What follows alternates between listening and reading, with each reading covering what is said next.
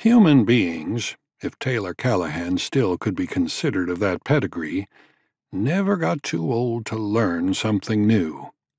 On this morning, as the sun broke through so that Callahan saw the light, he learned that a fat Texas rattlesnake packed quite the punch.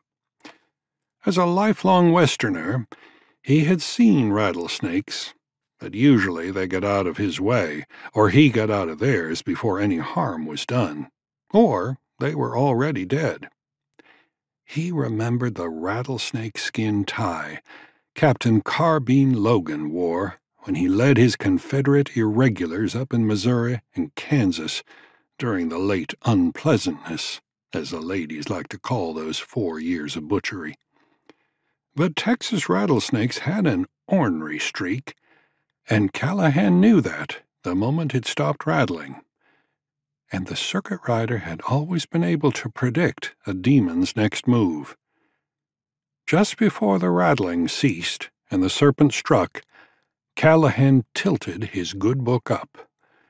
The sound of the rattler's head hitting the leather-bound Bible reminded Callahan of the impact of an Enfield rifle's bullet into a log wall.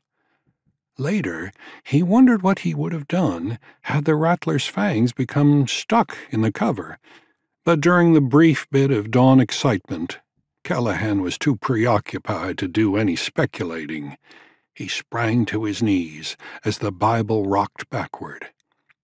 Spotting the stunned rattler, he grabbed it by the tail, while at the same time springing to his feet, and he whipped the snake like he was winding up to pitch a horseshoe for a ringer 10 miles away. He let go, holding his breath while muttering a prayer, and watched.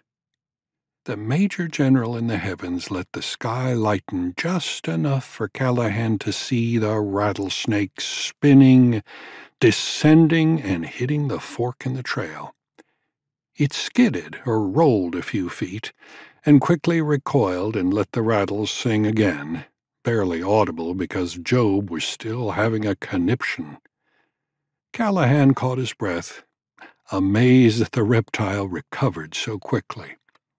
A snake like that would live a long time, he figured, and it had some brains, too, even after smacking a thick, hard, well-read Bible with its pointed head. Uncoiling, it began slithering at amazing speed and reached that proverbial fork in the road.